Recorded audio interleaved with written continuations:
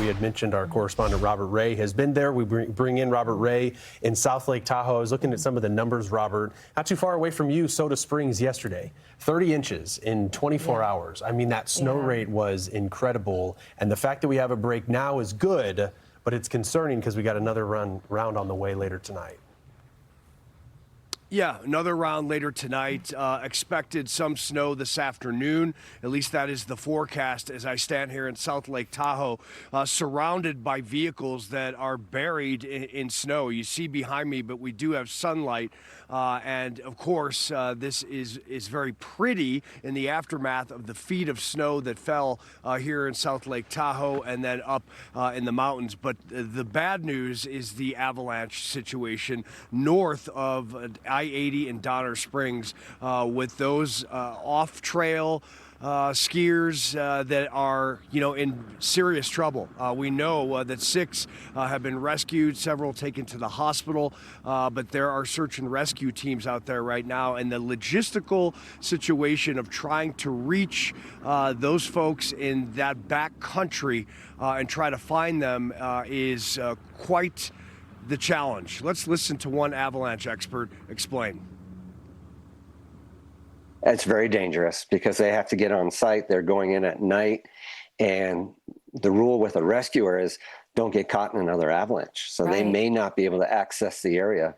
It may take a while.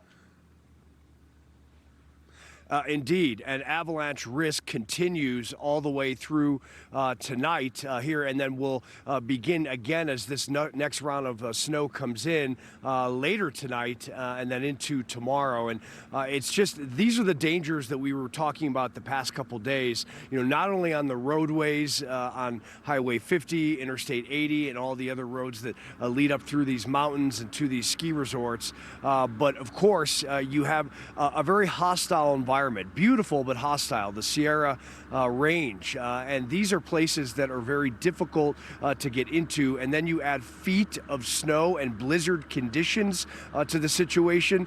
I mean, that is really tough scenarios, and one of the most challenging areas to traverse in America as far as mountain ranges, and then with snow as well, guys. So we're going to continue to monitor, but you see even in South Lake Tahoe, cars buried, feet of snow, and people are digging out this morning and waiting for more snow to come in later this afternoon and then really come in again in earnest tonight into tomorrow.